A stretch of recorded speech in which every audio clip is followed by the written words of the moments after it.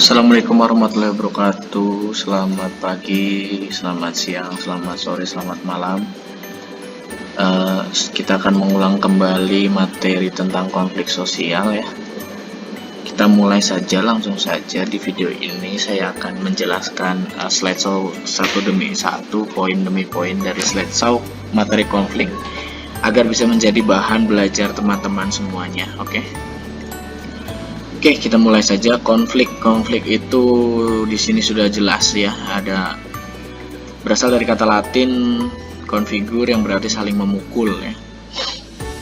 Menurut salah satu tokoh sosiologi terkenal di Indonesia, Suryono Sukamto, konflik itu proses sosial individu ataupun kelompok manusia yang berusaha untuk memenuhi tujuannya dengan menentang pihak lawan yang disertai ancaman dan atau kekerasan.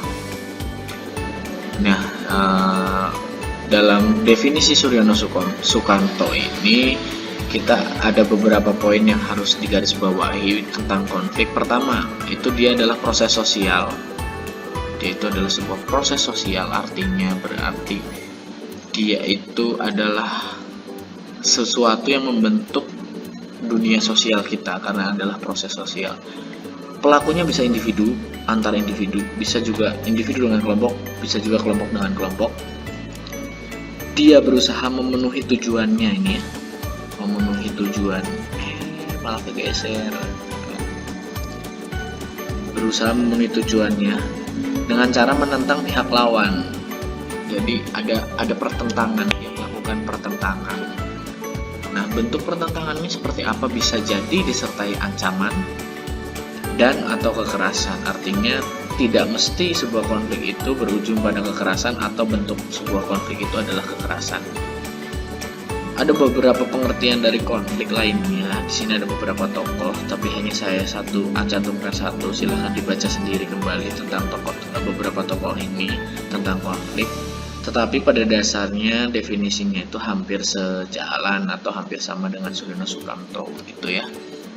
Selanjutnya ada kekerasan. Bedanya konflik dengan kekerasan di sini, kekerasan itu violence atau tindakan yang disertai penggunaan kekuatan pada orang lain yang mengakibatkan terjadinya kerusakan fisik ataupun psikis. Atau bisa jadi kerusakan benda atau materi ya. Yang perlu digarisbawahi ada 2 poin, yaitu tindakan kekerasan itu pasti disertai menggunakan kekuatan ya. Kekuatan pada orang lain, baik itu mungkin kekuatan fisik, kekuatan secara kedudukan. Nanti ketika kita berbicara kekerasan struktural ya, atau tidak langsung struktural, bisa jadi kekuatannya adalah verbal, kata-kata yang menusuk, kata-kata yang mengintimidasi. Bisa jadi intonasi dari kata tersebut yang menandakan kemarahan, intimidasi, menandakan ancaman, seperti itu. Ada kekuatan di sana. Ditujukan pada orang lain kekuatannya yang mengakibatkan terjadinya kerusakan atau mungkin kerugian secara fisik atau psikis atau secara mental. Ada beberapa jenis kekerasan. Di sini ada terbuka dan tertutup. Saya kira ini tidak perlu terlalu dijelaskan karena jelaslah terbuka itu kelihatan, tertutup tidak terlalu terlihat gitu. Atau mungkin tidak disadari baik itu oleh orang lain ataupun mungkin malah korban atau pelakunya tidak menyadari bahwa itu adalah sebuah kekerasan gitu ya. Biasanya ini verbal, kekerasan psikis ya. Ini kadang-kadang kita tidak sadar bahwa itu adalah sebuah bentuk kekerasan. Selanjutnya kekerasan ada yang bentuknya menyerang, jelas itu berarti si individu yang melakukannya atau kelompok yang melakukannya adalah dia yang melakukan sebuah konfrontasi secara fisik pertama kali gitu ya. Kalau bertahan berarti dia hanya melakukan kekerasan, membalas tindakan dari lawannya. Oke, cukup jelas mungkin ya, kita lanjut saja ke teori-teori konflik. Di sini ada beberapa teori konflik, ada beberapa tokoh yang saya ambil, ada 3 saja.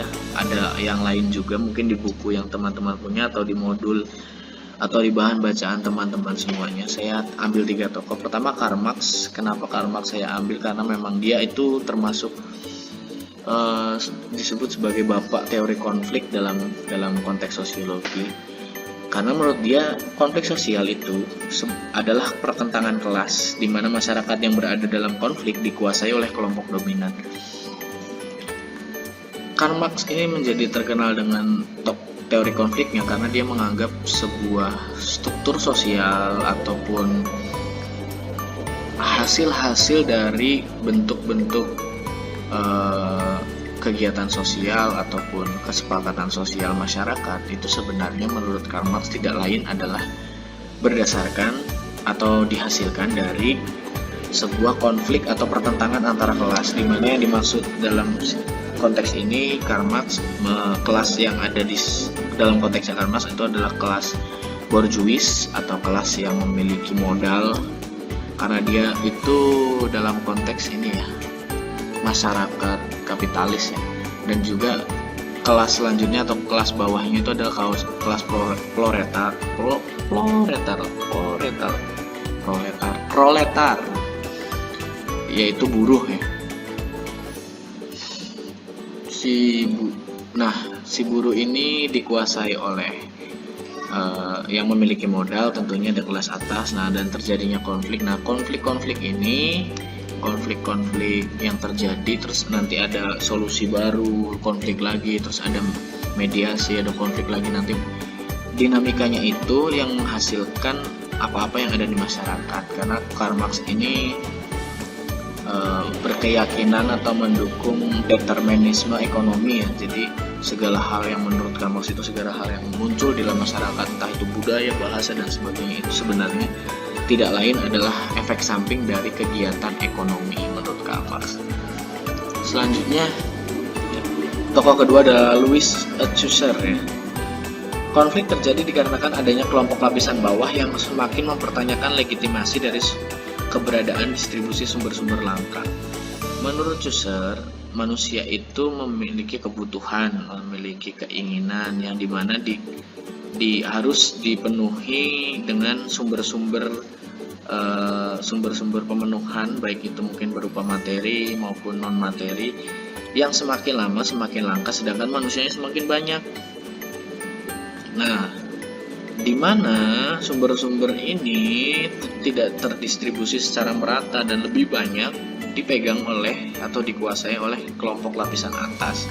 Maka dari itu sering terjadi sebuah konflik kalau dalam konteksnya Althusser ini antara lapisan bawah yang ke lapisan atas yang mempertanyakan tentang legitimasi itu kesahan atau kebenaran tentang distribusi sumber tadi gitu.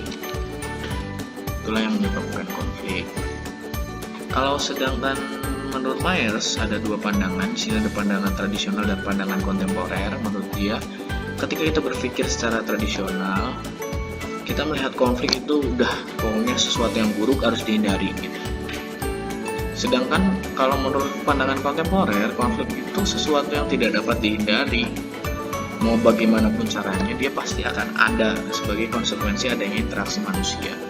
Tidak mungkin di mana sebuah interaksi antar manusia itu dalam suatu waktu tertentu tidak menimbulkan konflik kalau untuk pandangan kontemporer ini. Nah, bedanya apa sih ketika kita berpikir dengan cara pandangan tradisional, melihat konflik itu sebagai sesuatu yang buruk dan harus dihindari. Ketika terjadi sebuah konflik, misalkan tawuran antar pelajar gitu.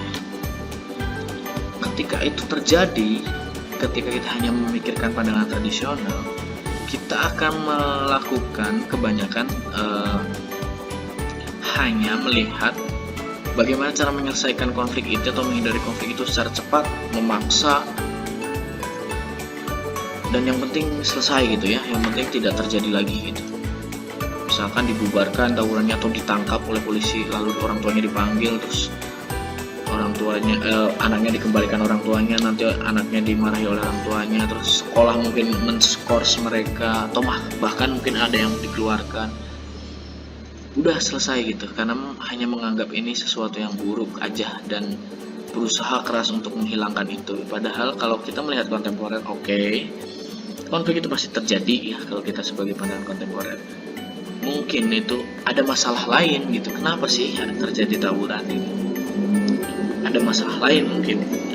Atau kenapa sih bisa sekolah A dan sekolah B selalu tawuran nih, diculik lagi masalahnya. Oh ternyata ada regenerasi gitu dari kakak angkatan ke adik angkatan, meregenerasi cerita-cerita ataupun dendam-dendam lama gitu ya, diceritakan kembali ke adik-adiknya, sehingga muncul rasa ketidaksukaan terhadap sekolah lain itu, walaupun dia sendiri sebenarnya belum pernah terjadi masalah itu gitu ya. Akhirnya ketika ada sesuatu yang tidak enak sedikit dari sekolah yang satunya, wah langsung nih, bener juga kata senior, sikat gitu kan. Itu mungkin bisa jadi terjadi seperti itu. Atau memang ternyata tawuran sudah menjadi sebuah budaya yang dianggap keren mungkin ya, keren. Tahu juga ya keren atau seperti apa ya. Karena beberapa kasus tawuran yang mungkin teman-teman juga bisa pernah lihat di TV, ada orang yang sengaja mengupload videonya tawuran, habis itu menantang pada kelompok lain, yuk siapa yang mau tawuran dengan kelompok kita gitu. Nih kelompok kita jago-jago kemarin habis tawuran. Akhirnya mereka berjanjian di media sosial di titik tertentu tawuran. Kan aneh ya, kayak gak ada masalah apa-apa tiba-tiba kayak ingin eksis gitu ya kelompoknya ya, ingin keren, ingin terlihat keren. Nah, ketika kita melihat pandangan kontemporer dengan cara kontemporer, banyak hal yang bisa diulik ternyata akar permasalahannya seperti apa, sehingga ketika kita ingin merubah itu agar menjadi mendapatkan sebuah solusi, mungkin solusinya akan lebih efektif, lebih dalam, lebih bagus daripada ketika kita hanya memikirkan konflik buruk harus dihindari seperti itu.